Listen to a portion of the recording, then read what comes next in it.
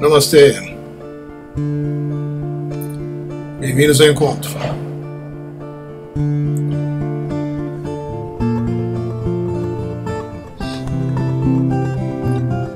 Começando o satsang. De vez em quando eu lembro aqui do que se trata o satsang. E qual é a finalidade do encontro. Porque sempre tem gente nova chegando, né? E a gente também se reposicionar da forma melhor, da forma mais adequada. Isso que a gente está fazendo aqui. Satsang tradicionalmente significa o encontro com a verdade. E é uma tradição ancestral, quando um grupo de pessoas se reúne para encontrar a verdade. Então, satsang significa literalmente encontro com a verdade. Sat é verdade e Sangha vem de Sangha. Sangha é esse espaço que aqui a gente forma virtualmente, mas que é tão forte e precioso quanto se ele fosse presencial. Porque quem está aqui, né?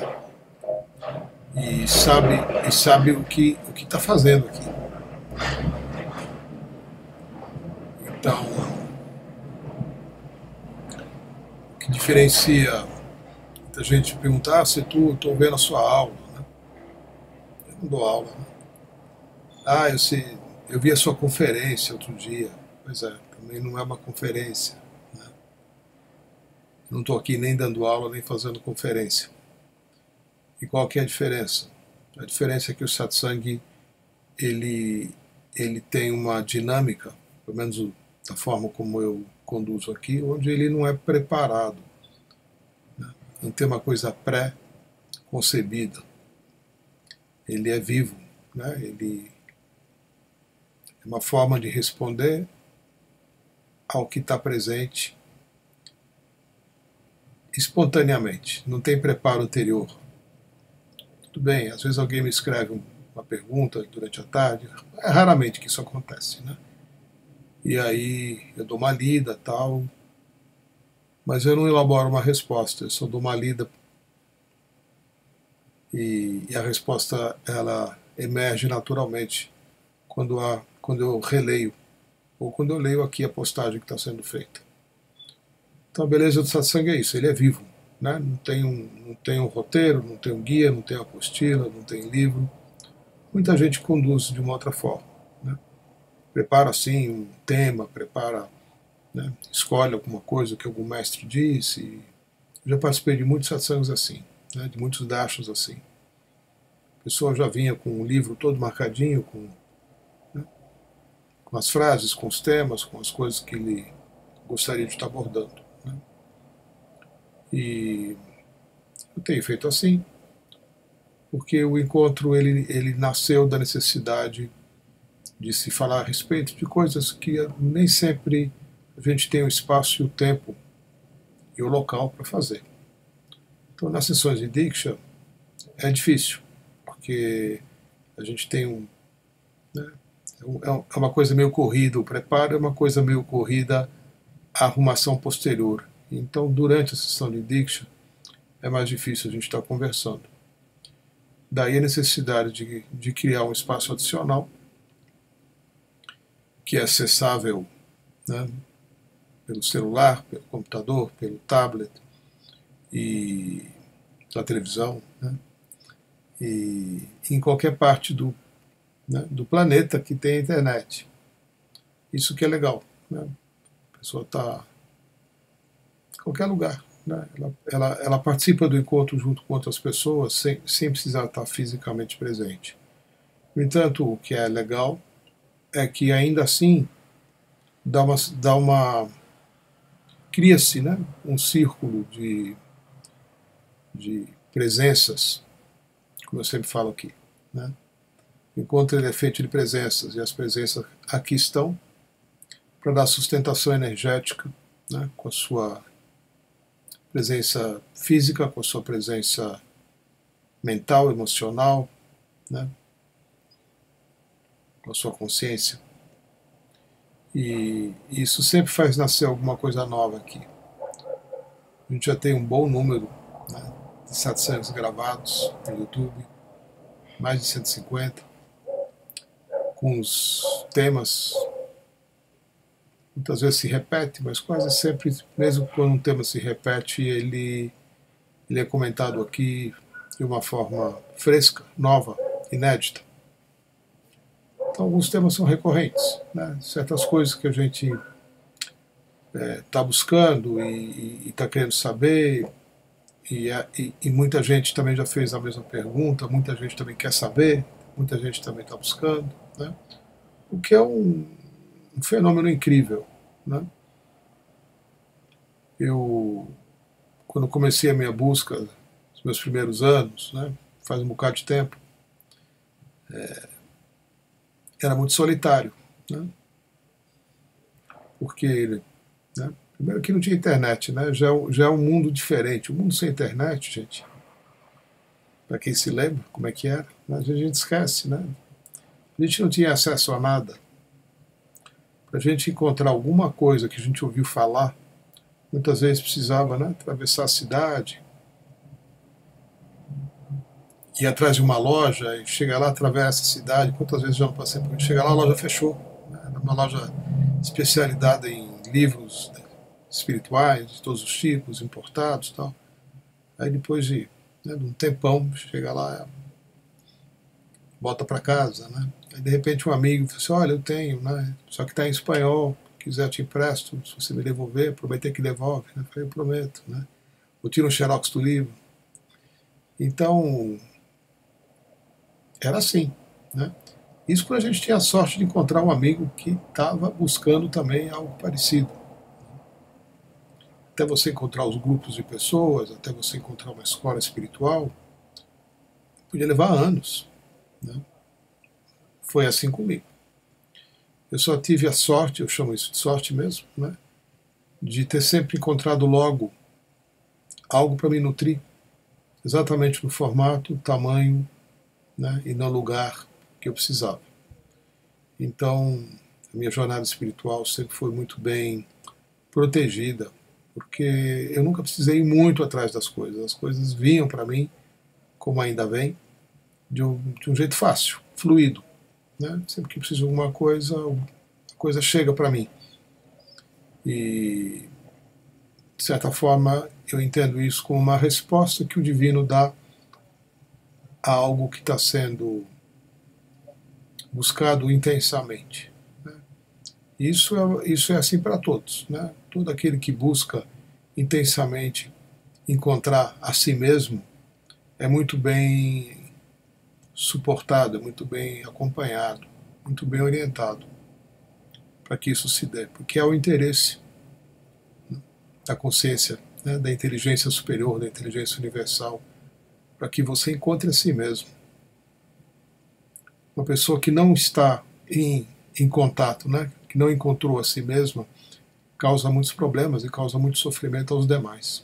Então, todo aquele que encontra a si mesmo, né, que volta para casa, que vai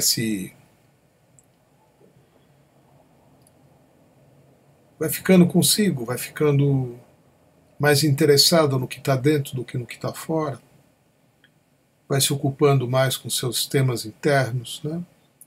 Vai buscando orientação para transformar aquilo que não está bem. Recebe muito suporte sempre, muito suporte. Eu sou testemunha disso, né? Com relação a mim mesmo. Nunca fiquei um dia da minha vida, né, sem perceber que alguém ou alguma coisa estava me guiando. E isso vem de um vínculo, né? A gente chama de laço, de conexão, que vai se criando nas inúmeras dimensões espirituais. Você compreende que o seu crescimento está fortemente vinculado à presença, né, de uma pessoa iluminada, de um mestre, de um guru, de um guia espiritual. Esse vínculo começa a nascer, ele começa a se estabelecer, e daí por diante fica tudo muito mais fácil. Sempre existiram mestres, sempre existiram mestres. Só que nem sempre os mestres eram facilmente encontráveis. Não sei se você já viu o filme, eu já vi centenas de vezes, eu gosto muito do filme. Chama-se Encontro com Homens Notáveis. Meeting with Remarkable Men. Encontro com Homens Notáveis. Esse filme conta a história de um mestre que viveu no século passado, século XX, início do século XX, e se chamava George Gurdjieff. E o Gurdjieff, da mesma forma como eu estou relatando aqui, ele tinha essa sede desde criança, né? Então o filme começa mostrando ele conversando com o avô, com os amigos do avô, com o pai, sempre buscando respostas, sempre buscando explicações, sempre sempre fazendo do que pudesse, né, para preencher esse espaço de querer saber, de querer conhecer. Então esse filme conta a trajetória, é um filme verídico, né, fiel aos relatos, de uma fase da vida do Gurdjieff, onde até ele chegar numa escola. Então, sempre foi muito difícil, né, para as pessoas encontrarem. E o Gurdjieff, ele vivia num país fechado, né, numa época da guerra, nem lembro o nome da guerra. Mas enfim, era Cazaquistão, né, foi a chegada e a formação, eu acho que da Revolução Soviética, e então era proibido sair, era proibido transitar, era proibido fazer tudo, e ele então corre riscos, né, para ir atrás das coisas. Aí ele vai para o Egito, vai em busca de bibliotecas, até que finalmente ele consegue chegar numa escola que é num lugar secreto, né, ele é levado para essa escola de camelo, com os olhos vendados, né, viajando não sei quantos dias pelo deserto, até chegar nesse lugar. Esse filme dá para ver, acho que até no YouTube está disponível, no Netflix eu não sei. Mas enfim, chama-se Encontro com Homens Notáveis. E eu estou falando sobre isso porque é preciso reconhecer aquilo que dentro de você está buscando alguma coisa. Boa parte do tempo a gente está buscando soluções para sofrimentos imediatos, né? Aquelas coisas que estão te perturbando hoje, que você, né, não gostaria de mais estar lidando com esse tipo de situação. Às vezes é falta de dinheiro, às vezes é um relacionamento complicado, às vezes é um problema com o corpo, né? Às vezes é um problema mais existencial, com o tipo de trabalho que você faz, enfim. Então, nós tendemos a buscar soluções rápidas, né, por inúmeros meios, né, para pequenos desconfortos que acompanham o nosso dia a dia. Quando os desconfortos ficam maiores, né, quando eles não deixam de ocorrer, é que a gente muitas vezes só então, né, por estar numa espécie de crise, tenta encontrar uma resposta, uma explicação. Por que essas coisas estão acontecendo comigo? Né? Por que né, não estou conseguindo ganhar dinheiro? Por que eu não consigo me manter no relacionamento? Por que eu tenho tantos problemas com o meu corpo? Por que eu tenho tanta dificuldade com as pessoas? Por que eu não sou feliz no meu trabalho? Né? Essas questões que são naturais a todos nós. Né? A gente nem muitas vezes concebe viver sem, né, tudo isso. Como se fosse uma coisa muito utópica, né, um sonho distante. Você simplesmente está bem consigo mesmo, nos seus relacionamentos, com o seu trabalho, com as suas atividades, com o seu corpo, né, com a sua prosperidade, com a sua abundância.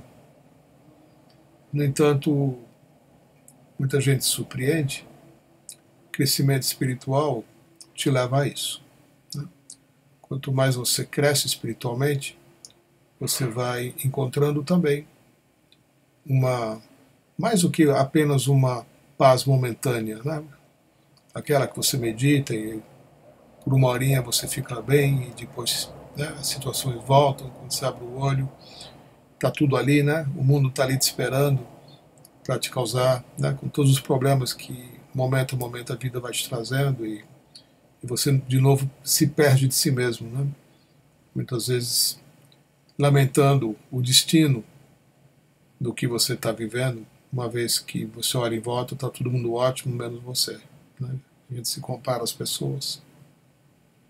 O crescimento espiritual, ele muitas vezes nasce dessa primeira crise, né, em que você não aguenta mais viver num estado de insatisfação, porque, como eu já disse, você está ali o tempo todo se comparando com outras pessoas e sentindo que você é menos, né, que os outros vivem de uma forma melhor que a sua, têm mais coisas do que você tem, são mais realizadas do que você, são mais saudáveis do que você.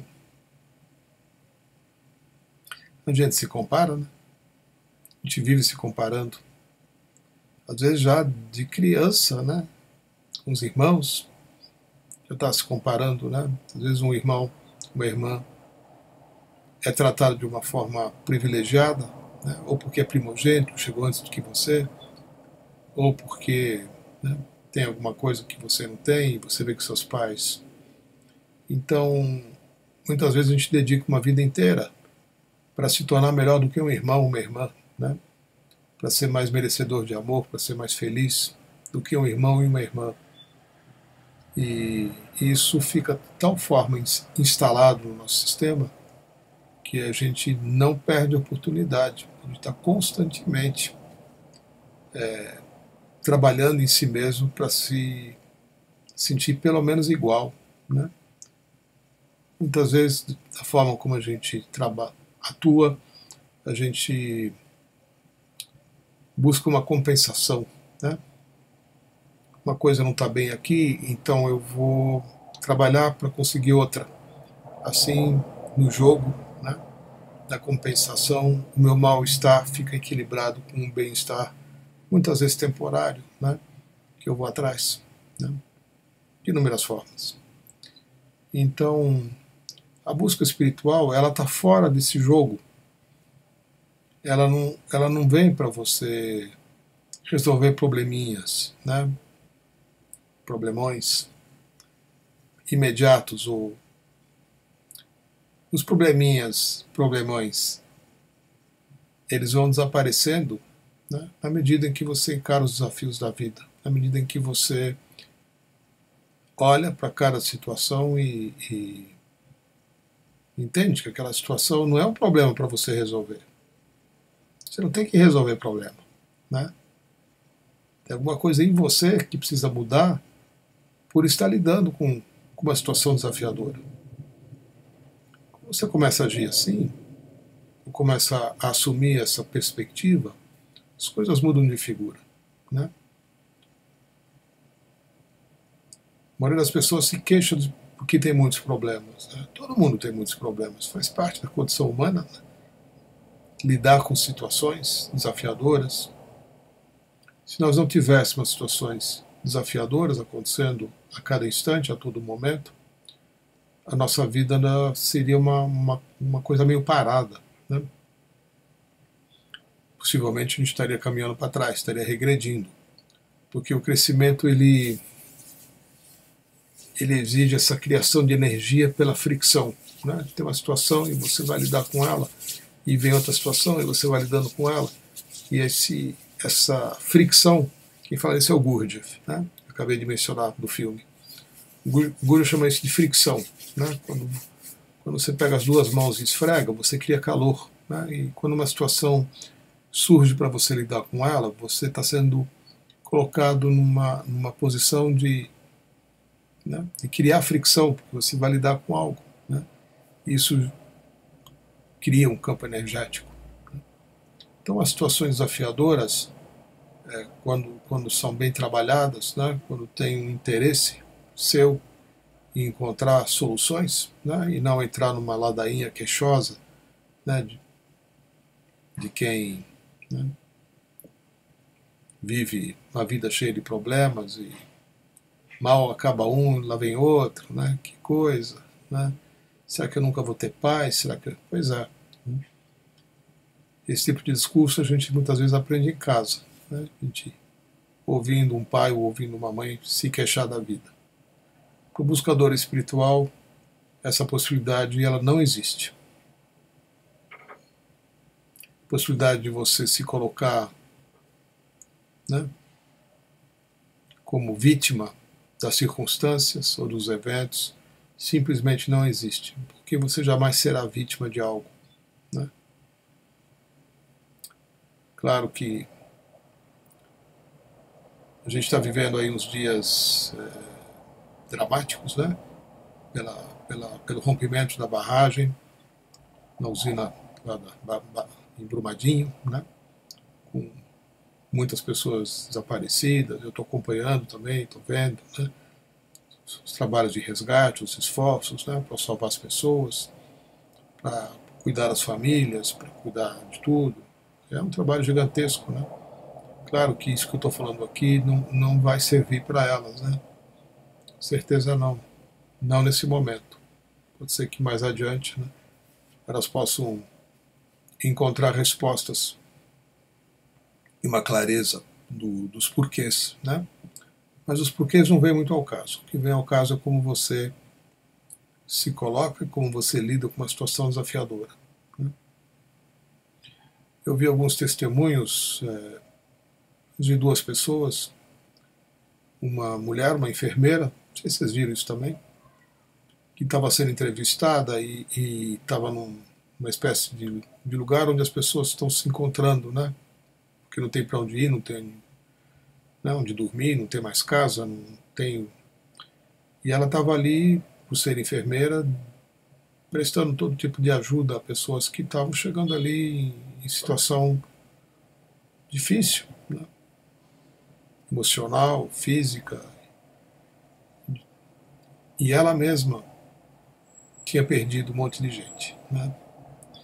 Então, é interessante, eu vi duas pessoas que estavam relatando esse tipo de coisa, né? Estavam ali para ajudar os outros, né? Embora pessoalmente também tivessem, estão ainda às vezes sem casa, né? Ou perdido um ente querido da sua própria família, né? No entanto, estavam ali para ajudar os outros, né? Apesar, é um jeito de lidar, né, com a sua própria dor, né? Não negando a dor, não querendo escapar dela, mas sentindo que a sua dor é a dor do outro e o que você pode fazer, né, para amenizar a dor dos outros também. Uma postura muito, muito bonita, né? Tem algumas pessoas que estão se colocando dessa forma, né? Os voluntários, trabalhando com animais, resgatando o que podem, né? Brigando para entrar nos lugares. E tudo isso é muito incrível. Tem muito aprendizado para todo mundo, né? Para a gente que está aqui, fora do lugar, né? E para aqueles que estão passando mesmo pelas situações. Para quem está buscando crescimento, todas as situações importam. Quer tenha acontecido com você diretamente, quer tenha acontecido com você indiretamente, como é o caso que eu estou mencionando aqui. Porque o que quer que esteja acontecendo com uma outra pessoa nesse exato momento, né, que ainda está esperando encontrar alguém que ela perdeu, né, de quem de uma hora para outra ela nunca mais teve notícia, né, e é muito forte, é muito dramático. E claro que isso nos afeta, né, sem dúvida que isso nos afeta. O que acontece com qualquer pessoa nos afeta, né. À medida que a gente vai crescendo em consciência, vamos encontrando também os meios de ajudar, né? Tendo consciência daquilo que dói em nós mesmos, né? E também de como lidamos com aquilo que dói em nós mesmos. O que a gente faz, né? Quando a gente está em sofrimento, quando a gente está em dor? Como é que a gente lida com isso? Qual a história que a gente conta, né? O que a gente faz para se acalmar? O que a gente faz para criar algo positivo, né? A ponto de poder ajudar outras pessoas. Então é isso que eu estou lembrando aqui, porque é o tema desses dias, né? É uma tragédia. E eu estou falando aqui em crescimento espiritual diante dos desafios. Então, são os meus comentários aqui. Eu estou deixando aqui aberto espaço agora para vocês postarem alguma questão que vocês gostariam de estar abordando aqui no satsang, tá bom? Façam uso aí do espaço.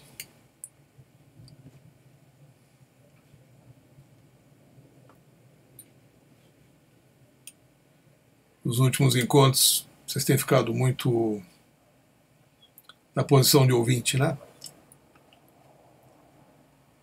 Semana passada, tudo bem, deu alguns problemas com a internet, mas no fim teve uma pergunta só. E na anterior também teve, acho que 2 perguntas. E eu posso aqui prosseguir falando, né? Mas é interessante que vocês participem do encontro dessa forma também, tá bom? Mesmo que seja uma pergunta simples, mesmo que seja uma questão que você acha que, bobagem e tal, não é. Tá? Mas quando eu lembro isso, né? Qualquer coisa que venha para você, a gente respeita, né? Mesmo que seja uma pergunta, uma questão já abordada em algum outro encontro, não tem problema, não tem importância. Viu? Boa parte das coisas que a gente fala aqui já foram comentadas antes, né? São centenas de encontros que já aconteceram. Então, mas sempre a pergunta é nova, sempre a resposta é nova. Sempre. Porque o jeito que a gente está aqui hoje, né, nesse dia 29 de janeiro de 2019, é pela primeira vez. Tudo que está acontecendo aqui é novo. Mesmo as perguntas. Então, aproveita a oportunidade, né? Oi, Bárbara. Bárbara Ruela. Boa noite, Setu. Percebo que existem algumas linhas de aprendizado, algumas que focam na autoanálise, outras que focam nos ritos de devoção. Gostaria de saber sua opinião sobre essas questões de devoção. Como relacionar isso com a Diksha? E como relacionar esse caminho, se conhecer algo sobre ele, com o autoconhecimento.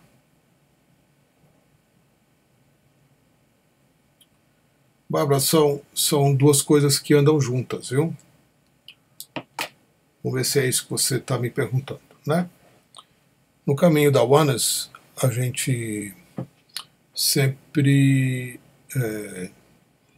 deu atenção aos 2 aspectos que você está mencionando. Então, o autoconhecimento, ele só é possível através da experiência, senão não é autoconhecimento.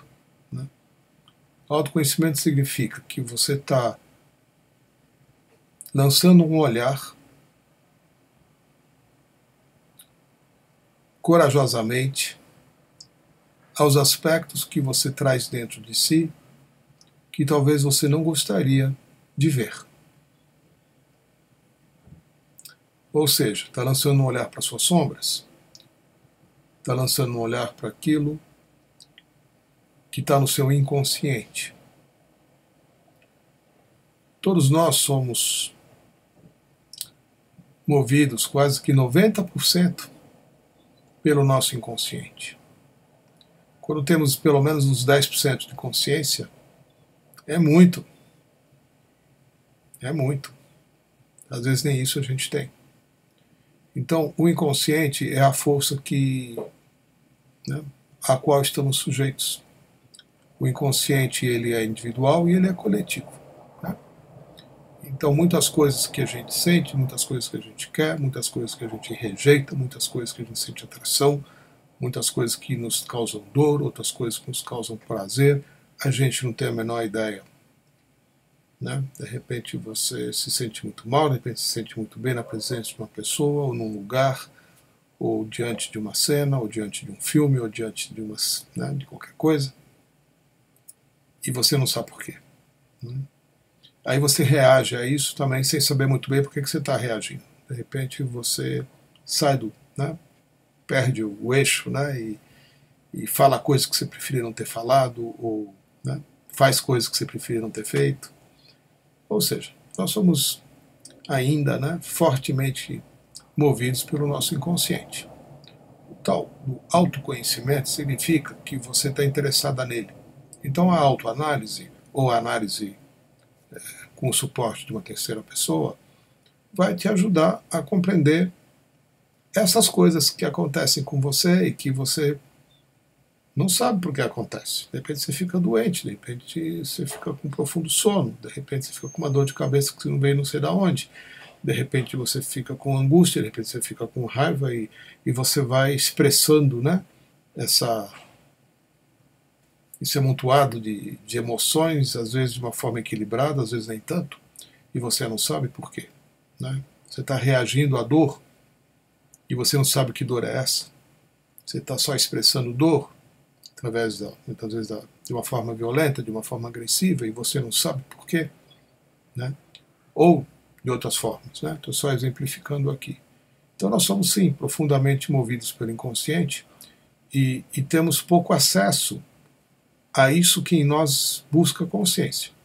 Isso que em nós busca consciência nos traz para o encontro como o de hoje, né? Nos leva ao satsang e a outros processos de crescimento espiritual, né?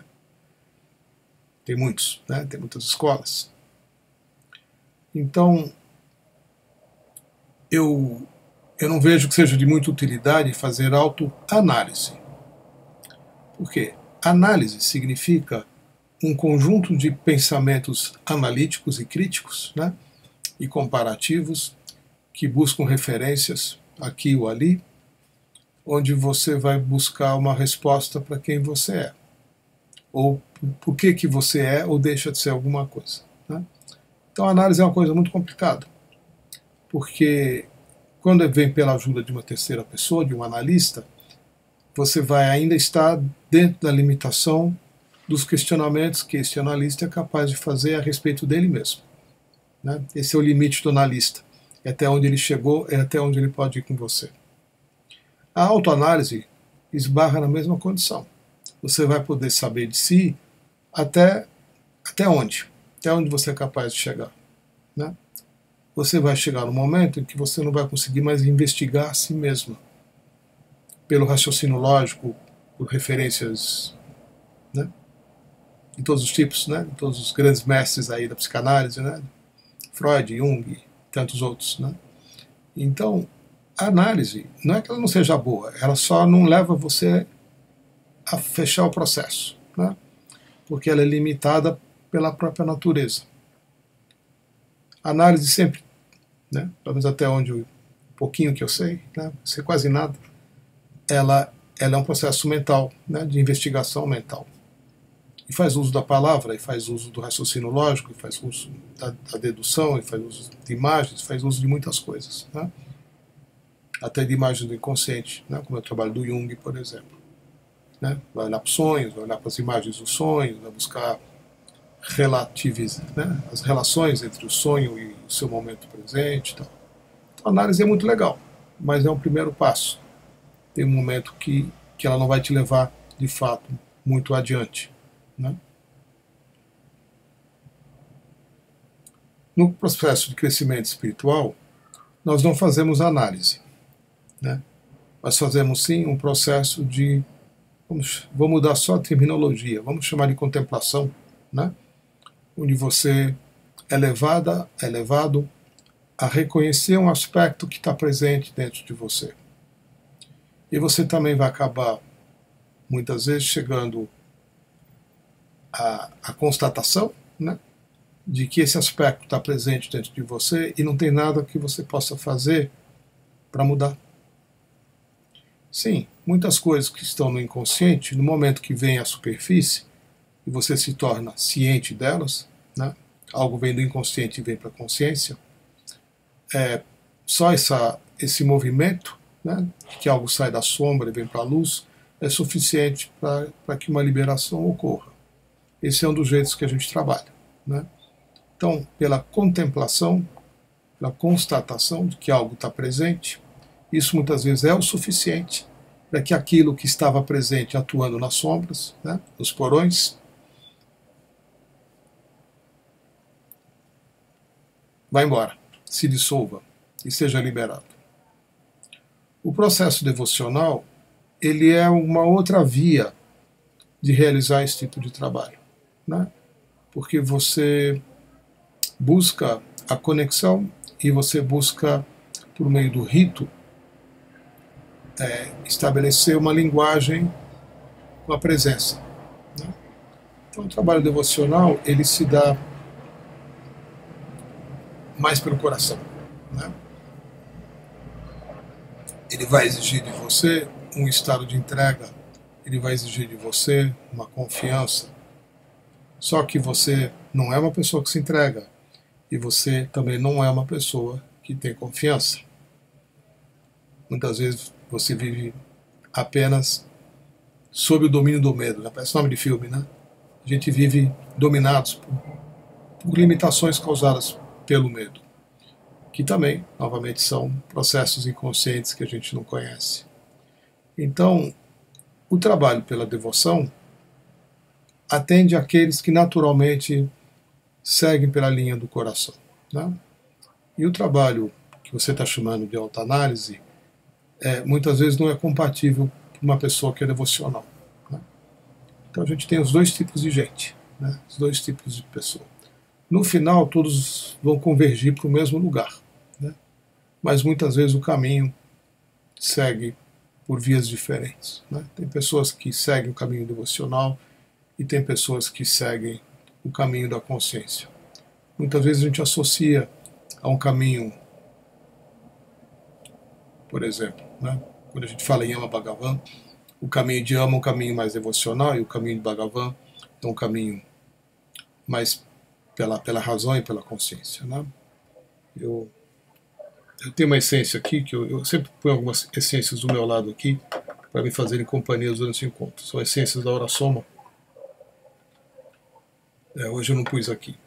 Mas eu tenho uma essência que eu gosto muito da Ora Soma, que se chama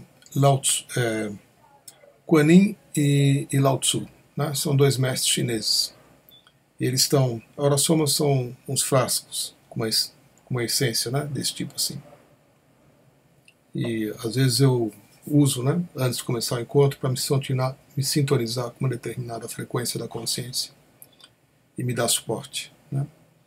E o Lao Tzu e a Kuan Yin, a beleza deles é que eles são dois mestres, né, são mestres chineses, né, Lao Tse, o Lao Tzu, e os dois estão juntos, né?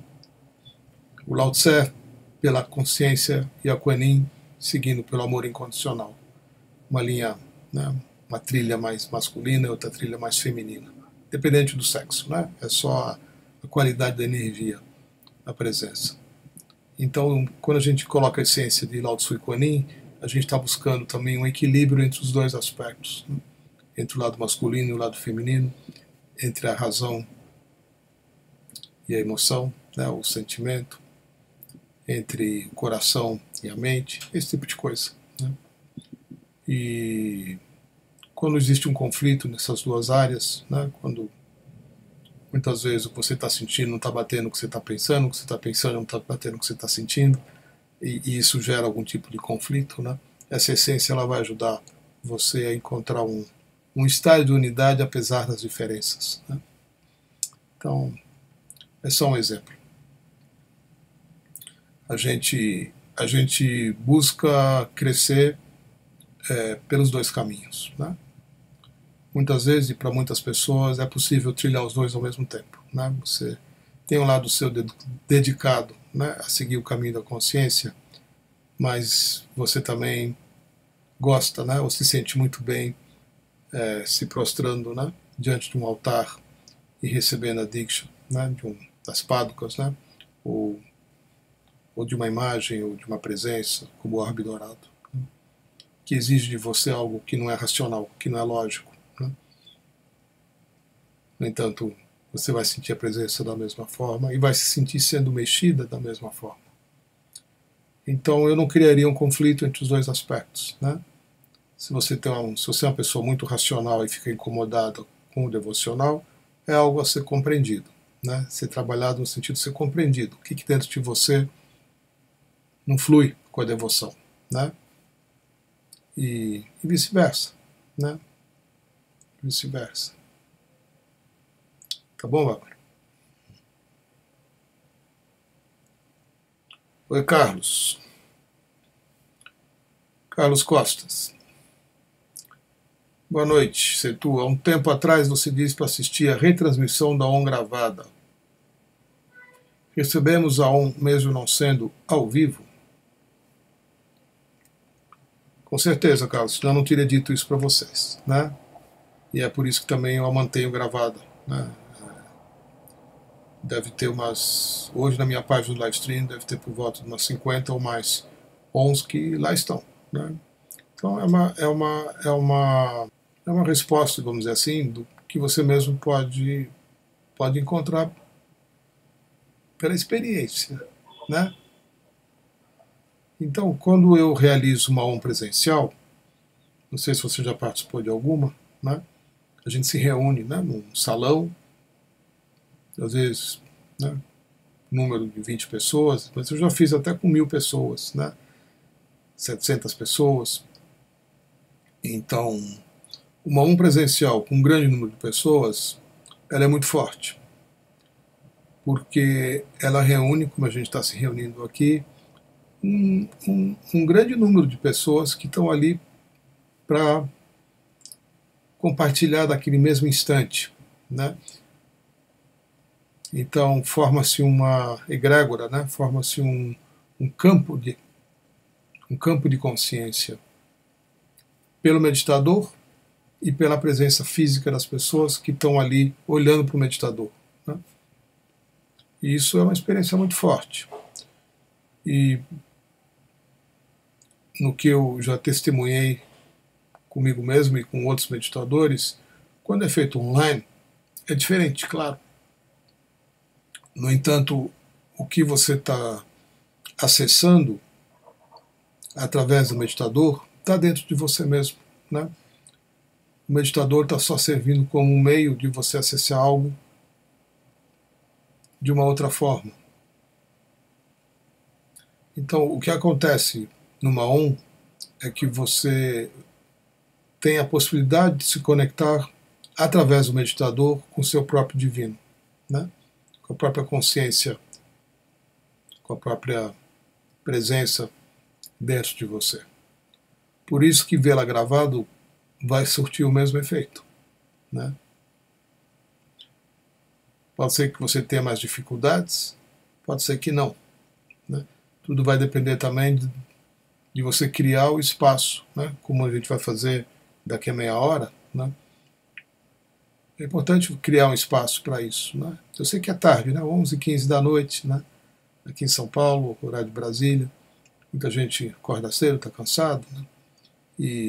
Mas eu tenho visto que boa parte das pessoas que estão presentes no encontro permanecem durante a ON e mais gente chega, né? E eu faço isso há 7 anos, né? E só continuo fazendo porque isso tem ajudado as pessoas, como tem me ajudado também, né? Então não vejo nenhum impedimento de você se beneficiar com uma ON gravada. E pelos números que eu acompanho na minha página aqui do livestream, né, onde todas as ONs dos últimos 3 anos estão gravadas, acho que desde julho de 2016, 16 ou 17, enfim, tem mais de 50 gravadas, né? Os números aumentam, ou seja, tem gente acessando ainda ONs que estão gravadas ali há muito tempo, né? Eu não deixo no YouTube porque me foi solicitado que não o fizesse, né? Então eu só deixo esse encontro aqui gravado no YouTube, eu edito ele amanhã, né?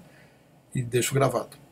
Tiro alguma coisinha tal para ele ficar um pouquinho mais dinâmico e deixo gravado. Agora as ONs eu não tenho deixado, até por uma questão de sacralidade, né? Porque eu não sei quem tá ali entrando para assistir, né? Tá clicando num monte de coisa no YouTube, de repente eu sinto que isso seria vulgarizar a, a ON, né? Porque ela exige sim uma presença sua, uma vontade de se conectar, né? É um momento devocional, porque você está ali em comunhão com o seu divino, né? Não tem nada sendo falado, a música está ali para te dar um suporte, né? Especialmente nesse horário. E muita gente fica com sono, não aguenta, né? E muita gente não consegue nem ver esse encontro aqui, porque já acha tarde, né? Então ficam os encontros e ficam as ONs disponíveis para serem vistas num outro momento, né?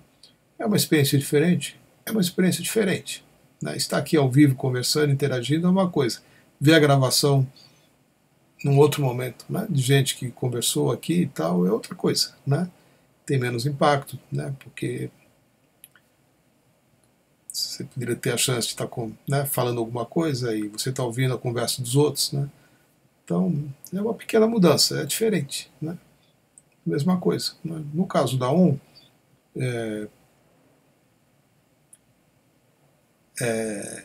eu vejo que a gravação pode ser tão impactante quanto, né? Porque não muda muita coisa, a gente não está falando de nada, né? No entanto, se você estiver presente ali, se conectando, né, a experiência pode ser muito intensa. Eu já fui abordado algumas vezes por pessoas que tiveram fortíssimas experiências, né? E quando fui ver, a ON era gravada, né? Não foi nem numa ON ao vivo. A pessoa assistiu e falou, não, eu vi uma ON sua tal. Que ON foi essa? Não, foi não sei quando. Estava gravada. E a pessoa teve uma experiência de despertar e veio me agradecer por isso, né?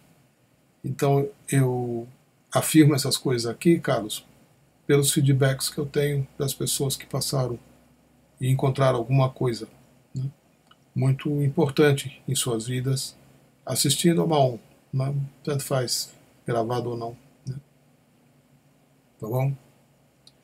E sugestão que eu dou é você não se preocupar com isso, né, porque a experiência pode ocorrer a você com mais facilidade se você não ficar se perguntando se vai dar certo ou não, né?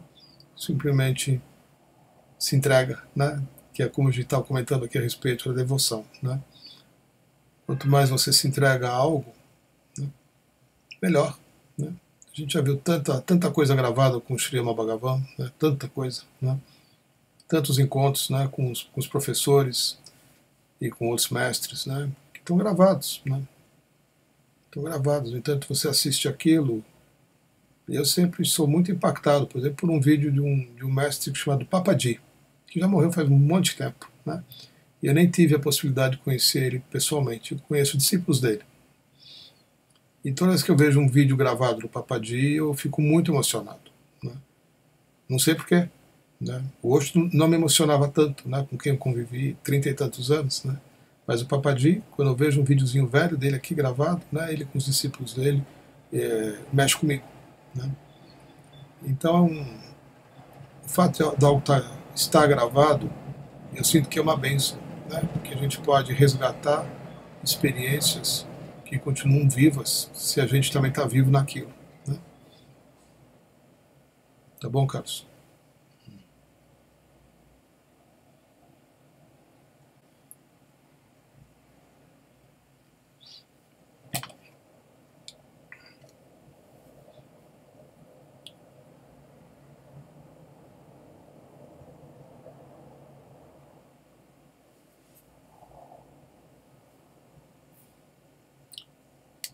Dá bastante.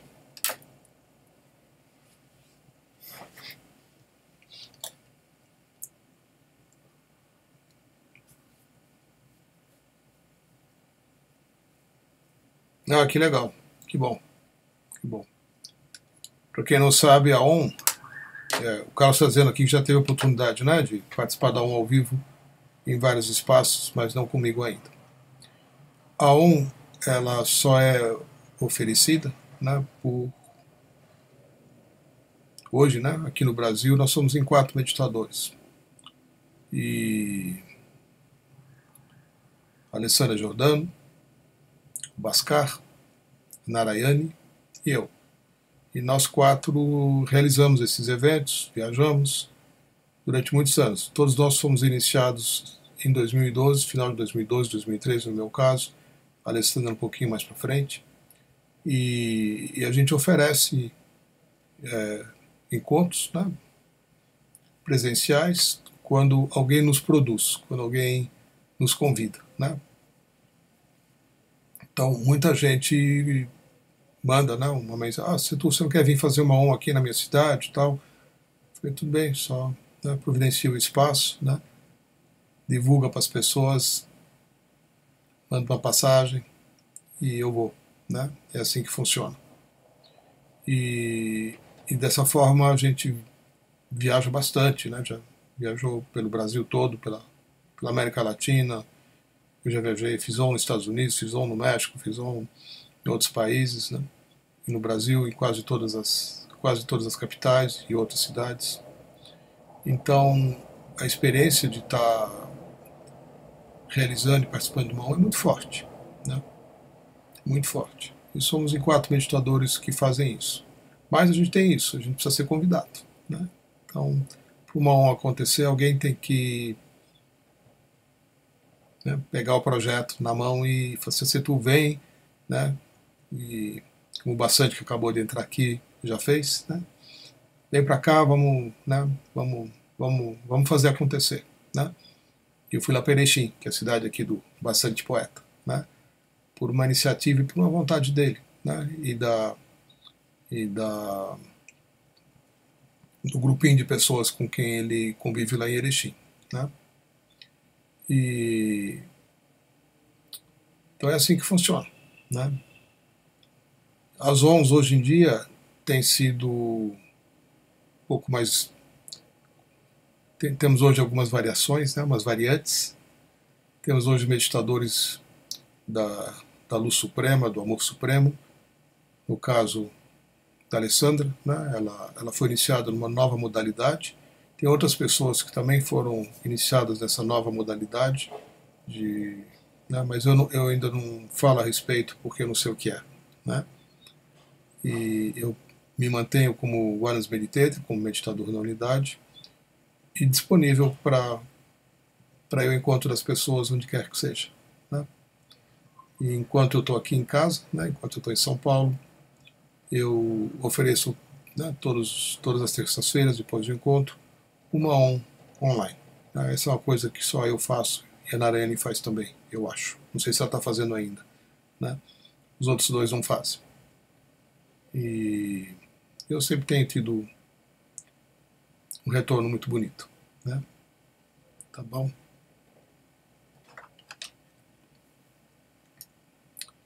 Então, para aqueles que querem, né, ter essa experiência, é só entrar em contato, né?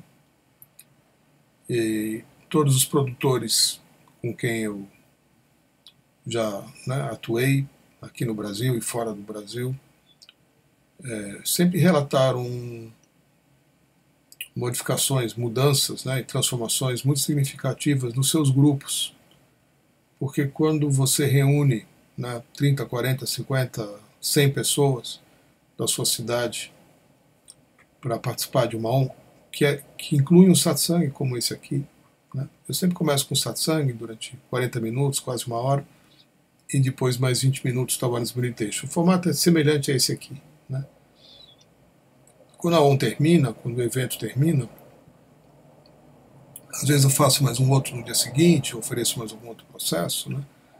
Mas sempre que a ON termina, algo aconteceu ali, né, com aquele grupo de pessoas. Muitas vezes as pessoas trazem, né, membros da sua família, filhos, esposa, primo, irmão, pai, mãe, cunhado, cunhada, né? namorada, e sempre mexe, né? As coisas não ficam do mesmo jeito que estavam antes. E então eu fortemente sugiro, né, que vocês produzam mais eventos de ON, né? Porque eu produzo os meus próprios eventos aqui em São Paulo, né? Aí eu tenho que ir lá, eu alugo, né, o espaço para um sábado à tarde, para um domingo à noite, enfim, e mando, né, um comunicado chamando as pessoas para vir, preparo o espaço, a gente, né, com a Elaine, com outros amigos, e a gente então recebe as pessoas e faz o evento, né?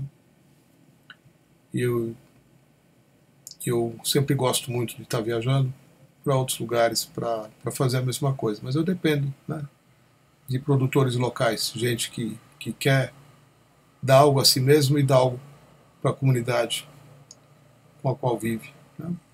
A ZON sempre tem mexido com os lugares, né? Eu tenho muitos relatos, né, de grupos de pessoas que aconteceram coisas incríveis com elas, né, em todos os aspectos de suas vidas, todos, curas, né, aberturas, mudanças, encontros, prosperidade. Todos os aspectos são sempre muito mexidos, porque a ON proporciona uma conexão com o divino muito forte, né? E tem algo dentro de você que estava, né, fora de casa, e de repente volta, né? Um centramento acontece, uma conexão acontece, e, e assim permanece, né? Eu gosto muito da ON, acho ela uma, uma possibilidade muito incrível de crescimento mesmo. Por isso que eu faço aqui, né? Oi, Taza, boa noite.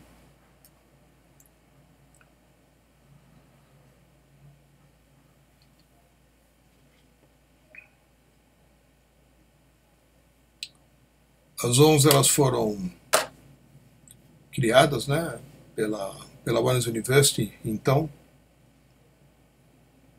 e como um meio, né, adicional para se despertar o maior número de pessoas de uma forma mais coletiva e rápida, né? Então todos nós, Omers, como a gente se autodenomina, né, fomos fortemente energizados pela presença, né, fortemente trabalhados também em vários aspectos, para poder servir de canal para a presença e chegar de uma forma muito impactante, coletivamente, ao maior número possível de pessoas. E assim vem sendo feito, né, já há algum tempo, desde 2012. Então, nesses 7 anos, alguns de nós continuam fazendo isso, né, outros estão fazendo outras coisas, né, mas aqui na América Latina pouca gente foi iniciada, né. Temos uma pessoa hoje no Uruguai, que é a Solange, que ainda faz uma onda de vez em quando, né, e aqui no Brasil é a gente, né.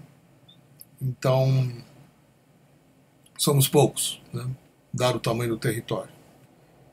E já fizemos ONs junto com outros meditadores, né. Agora em julho estivemos, julho passado, 2018, estivemos lá no Uruguai, né.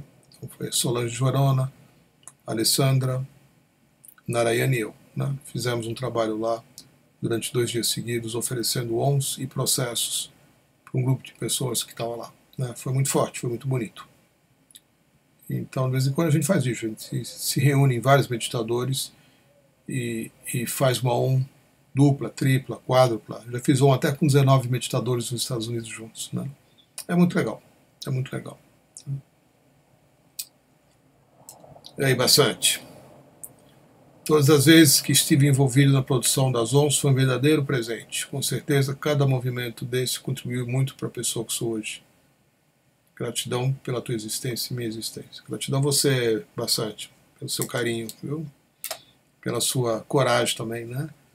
De fazer as coisas acontecerem aí em Erechim, que beneficia não só a cidade, como, né, Erechim é um lugar muito legal, muito interessante, né? Aí no norte do Rio Grande do Sul. E eu sei que que mexeu, né? E ainda mexe com as pessoas daí. Bhaskar também esteve aí, né? Narayana também esteve. Então, é muito importante que uma pessoa, né, se encha de coragem, né? E faça as coisas acontecerem, né? Mas tem que começar pela vontade. Tudo que se faz para fazer uma ON acontecer, como eu mencionei há pouco aqui, né? Você sempre é acompanhado, né? Protegido. Todas as ONs dão certo, né? E aquele que produz e o grupo, né, que está junto é fortemente impactado, né? Ou seja, o que quer dizer fortemente impactado? Quer dizer que as coisas ficam melhores, né? Você encontra liberações muito importantes, você encontra curas, você encontra prosperidade, né, em todos os aspectos da sua vida, né? Você reencontra, caso tenha perdido, reencontra um rumo, né? Se você já tem um rumo, ele fica mais fácil, né? Fica mais profundo, você cresce bastante, cresce mais. Então essas coisas voltam, né? Tudo que você faz para beneficiar um monte de gente, a partir de uma vontade sua, volta para você de uma forma muito incrível, né? E foi isso que aconteceu com você, né, Bastante? E com certeza, né? A Marley, a Miriam e outros queridos amigos, né, que te ajudaram aí, que ajudam-me até hoje, né? Não são mais as mesmas pessoas, né? E todo mundo cresceu, todo mundo ficou, com certeza ficou melhor.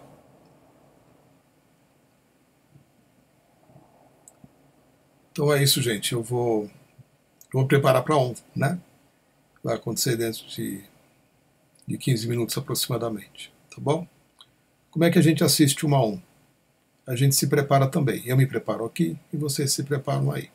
A ON se dá pela transmissão e pela conexão através dos olhos, né? E o que você vê nos meus olhos é assim mesmo, né? É o seu divino, é a sua consciência superior. É isso que acontece durante uma ON. Então, mantenha a conexão, deixa a música te embalar, né? Deixa as coisas acontecerem.